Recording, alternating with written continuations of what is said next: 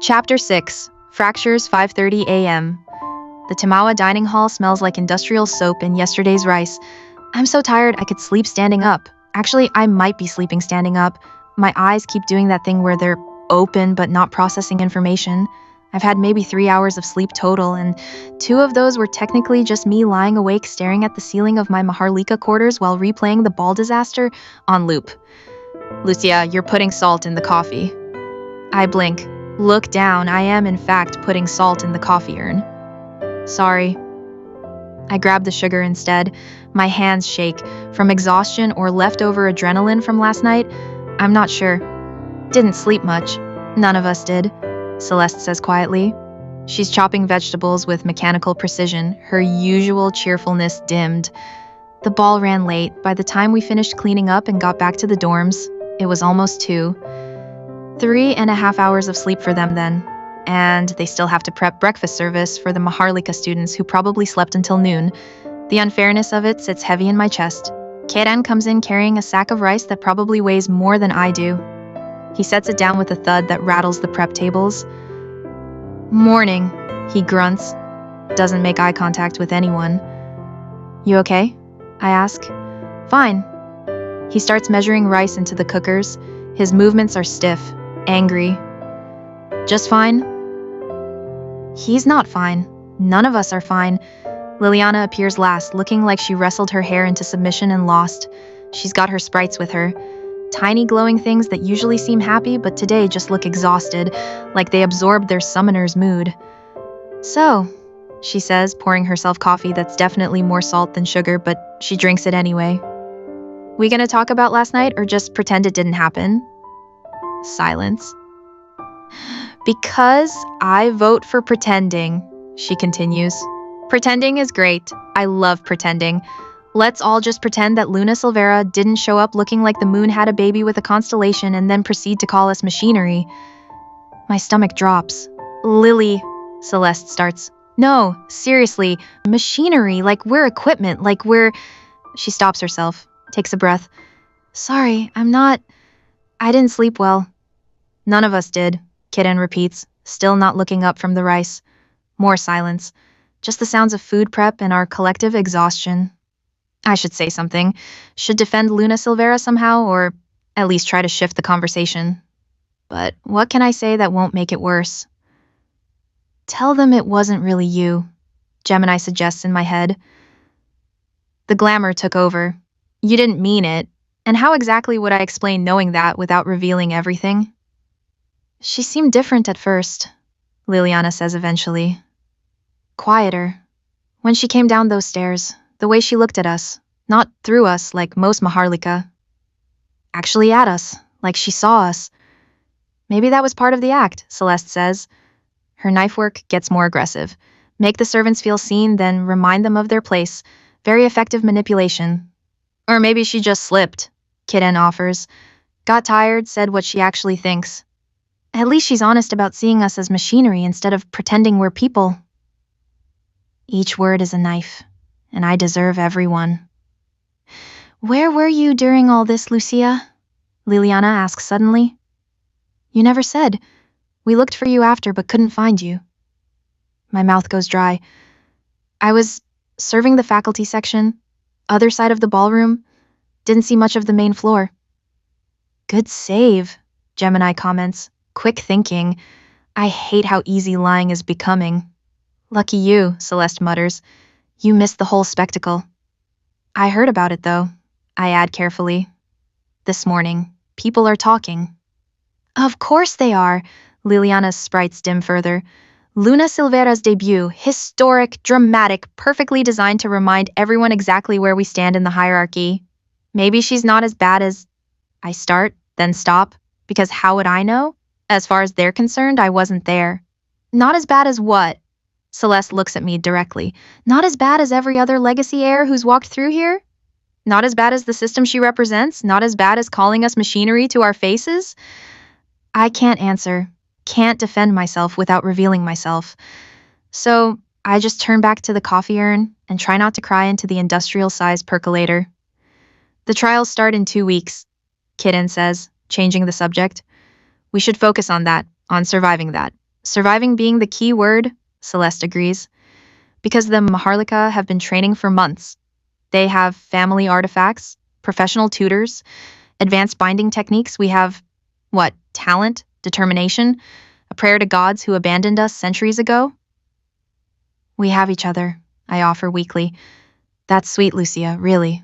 Celeste's smile is bitter. But friendship doesn't compete with a bound fire diva and 3 generations of accumulated magical advantage. Kiran shifts uncomfortably. My earth magic is strong. That has to count for something. Against Ajax, Magdayao's war spirits, against Marcus Torres' discipline and resources, against whatever terrifying thing the twins are planning. My sprites are fast, Liliana adds. Coordinated. We've been practicing. And Amara Divinagracia binds 3 prime spirits simultaneously. I saw it. At orientation. Celeste sets down her knife. We're going to lose. We know we're going to lose. The trials are designed for us to lose publicly so the Maharlika can prove their superiority. It's theater. We're just the entertainment. The breakfast bell chimes. Time to start serving. We move to our stations mechanically. Ironically. And I make a promise to myself. I'm going to use every advantage I have. Luna Silvera's resources, the Silvera estate's knowledge, whatever I can access, to help them survive these trials. Even if it means risking exposure. Even if it means they hate me when they find out the truth. Because Celeste is right about one thing. Talent and friendship aren't enough against generational magical advantage, but maybe a legacy heir secretly helping from the inside is.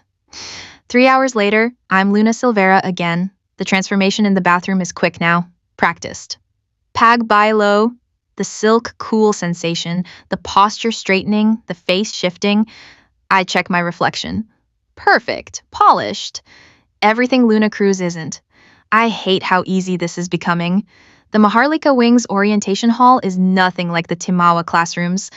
Comfortable chairs, natural lighting, a refreshment table with actual good coffee, and only 6 students total because legacy heirs get individualized attention. Juan Magdayao is already there, filming something on an expensive camera. Marie Stella Divinagracia sits quietly, looking overwhelmed. Agatha Kanong examines her perfectly manicured nails like they're the most interesting thing in the room. And then there's Athena Torre, who looks like she'd rather be literally anywhere else. Miss Silvera! The instructor, Professor Baldomar, ancient and distinguished, beams at me. Please take a seat. We're about to begin. I sit. The chair is comfortable. Of course it is. Professor Baldomar launches into essential and ethical elements of binding, which is apparently code for why binding is actually great and you should feel good about enslaving spirits. Centuries ago, he intones, humanity was left to fend for itself when the Babaylan gods withdrew from our realm. We were under assault, Aswang incursions from the south, Timawa invasions from the west. We were dying. Juan leans over. This is the sanitized version. My grandfather tells it differently. Shh, Agatha hisses. It was Datu Pai Barong, the professor continues, who first discovered binding. Married to the goddess Aluncina, he spoke the language of the divine. When the gods abandoned us, he used that knowledge to call a prime deva and bind it to his will. That power saved humanity. Without binding, we would have been extinct. Notice what he's leaving out, Gemini says in my head. What? Nagmalitong Yawa, the Silvera ancestor. She was there too. She offered partnership methods, the original Lika, but that doesn't fit the narrative. Of course it doesn't. The legacy families, Professor Baldomar says, descend from those first binders. Your bloodlines carry the knowledge that saved our species. Binding isn't cruelty, it's survival, it's civilization. It's the foundation of everything we've built. Marie Stella raises her hand timidly. But what about the spirits? Do they suffer? Wrong question. Professor Baldomar's smile becomes patronizing. Spirits aren't human, Miss Divinagracia. They don't experience suffering the way we do. Binding gives them purpose, structure. Without us, they'd be chaotic, dangerous. We're helping them. I dig my nails into my palms, keep my expression neutral. That's complete bullshit, Gemini observes helpfully. Yeah, I noticed. My mother says the same thing, Agatha offers. Spirits are like tools. You don't feel bad about using a hammer. Exactly. Professor Baldomar looks delighted. An excellent analogy. I think about the earth elemental in Maestra Gamlang's class, the joy on its face when it chose to help, the terror when Lysander bound it. Tools don't feel terror, but I can't say that. Not here, not as Luna Silvera, who's supposed to embrace her legacy family heritage. So I just sit there and let them rewrite history to justify exploitation. It's fine. Everything's fine. That evening, there's a social mixer for new Maharlika students. I go because refusing would raise questions. The event is in one of the academy's smaller ballrooms, still bigger than most people's houses, with refreshments and music and the kind of forced networking that makes me want to run screaming into the night. It's fine. Everything's fine. That evening, there's a social mixer for new Maharlika students. I go because refusing would raise questions. The event is in one of the academy's smaller ballrooms, still bigger than most people's houses, with refreshments and music and the kind of forced networking that makes me want to run screaming into the night. I'm examining the dessert table, the only good part of these things, when someone appears beside me. The bibinka is better than it looks. I turn. A guy about my age, tall, with an easy smile and expensive casual clothes. He's holding a plate with several pieces of said bibinka. Kai Tequila, he introduces himself. Legacy family, but like the least important one. We're basically Maharlika on a technicality. His self-deprecation seems genuine, unusual for this crowd. Luna Silvera. I know, everyone knows. The cosmic entrance? Legendary. He grabs another piece of bibinka. I heard you asked questions in Professor Baldomar's class about spirit welfare. Did I? I don't remember asking anything. I just sat there swallowing rage. Just clarifying the material, I say carefully. Right, clarifying. He grins. Look, I'm going to be honest. I heard you asking about the old histories, the real ones, before the sanitization, and I thought maybe you'd want to see the restricted archives? My attention sharpens. The what? Restricted archives, where they keep the books they don't want regular students reading, including some of your mother's research, actually. I thought it might interest you. My mother's research. Here. Accessible. Why would you show me this? I ask. He shrugs, going slightly pink. Because I think it's cool that you're asking questions, and because... He trails off. I don't know. You seem different from most legacy heirs. In a good way. Is this kid actually trying to flirt with me while offering illegal archive access? He likes you, Gemini confirms. This is adorable. Not helping. I'd love to see it, I say honestly. When?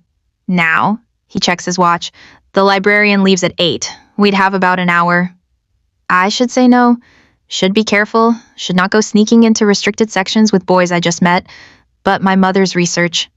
Lead the way. The restricted archives are in the oldest part of the library, and by oldest I mean the section that looks like it's been slowly decaying for about 300 years. Dust everywhere, books stacked in piles that probably shouldn't be structurally sound, stained glass windows, some broken, some just dirty, casting weird shadows. The air smells like old paper and mildew and secrets. It's perfect. Here. Kai pulls a book from a shelf that looks ready to collapse. Clara Silvera's Field Notes. She did a lot of research on partnership summoning, alternative methods, the stuff they don't teach anymore. I take the book carefully, my mother's handwriting, her thoughts, her discoveries. Thank you, I whisper. Thank you. Yeah, well, I figured, well. We both freeze. 5 people emerge from the shadows. The Immaculate. All of them. Amara leads, looking amused. Lysander and Marcus flank her, expressions ranging from contempt to cold calculation. The twins drift behind, moving in that unsettling, synchronized way, and Ajax brings up the rear, cracking his knuckles like he's hoping for violence. Little legacy heirs sneaking around, Lysander says. His voice makes my skin crawl. How quaint. We're just studying, Kai says, too quickly, nervous. In the restricted section, Marcus's smile is arctic. That requires special permission, which I doubt either of you have. We were just Kai starts. Being adorable, Amara interrupts. Look at them, Lysander. They think they're rebels. We should report this, Marcus says. Academic dishonesty, unauthorized access. There are protocols. Oh, Marcus, always with the protocols. Lysander plucks the book from my hands. Let's see what's so interesting. Clara Silvera's notes on partnership summoning. How nostalgic. He flips through it, casual, like it's garbage. This is historical material, I say, keeping my voice level. It belongs in the archives. It belongs in the past, Marcus correct, where failed methodologies stay buried. Kai steps forward, trying to be brave. You can't just... Ajax moves so fast I barely see it. One moment Kai's talking, the next he's on the floor, clutching his stomach where Ajax casually shoved him. Not even a punch, just a dismissive push that says you're beneath my effort. My Sidlak flares. Hot, immediate, ready to burn. Don't, Gemini warns. Not here, not now, you're gathering information, remember? Not starting fights. I force it down, bury the silver fire, clench my fists so hard my nails draw blood. Amara watches me, calculating. Interesting. What's interesting? Lysander asks. Our new Silvera heir has remarkable self-control. Amara tilts her head. I can feel her power rising, angry, wanting to act, but she's restraining it. Smart. Marcus picks up the book Lysander dropped. Shall I? Please. He summons his fire diva, bound, controlled, obedient. The flames are wrong-colored, purple-red, sick, and he burns my mother's research to ash, just like that, casually, while maintaining eye contact. The book crumbles. Centuries of knowledge. My mother's handwriting. Gone. I can't breathe. We have copies at the estate, Gemini reminds me. This isn't the only one. This is just theater. But it's my mother's book, her work, and they just... Come on, Lysander says to the others. We have actual business to attend to. Leave the children to their playtime. They file out. Amara lingers. She approaches me, close enough that I can see the gold flecks in her eyes. That was well done, she says quietly. I felt your Sidlak spike. You wanted to fight, to burn, to protect, but you didn't. You're smarter than most Silvera heirs. She glances at Kai, still on the floor. More calculating, I appreciate that. Shows you're thinking long-term. I don't know what you... Yes, you do, she smiles. And I look forward to seeing what you do when you finally stop holding back, when you decide the time is right.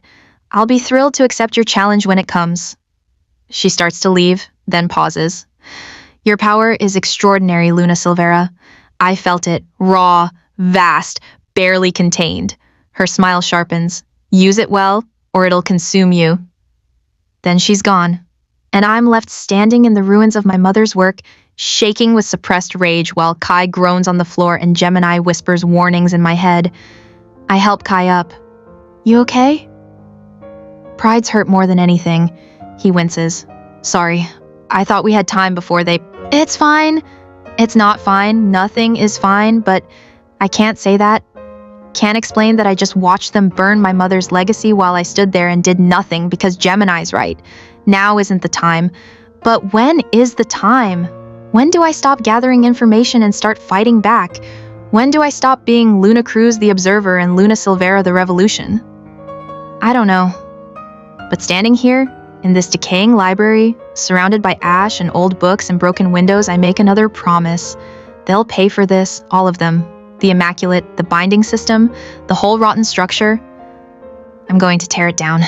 Just not today. Today I help Kai limp back to his dorm. Today I transform back into Lucia Cruz and pretend to be exhausted from kitchen duty.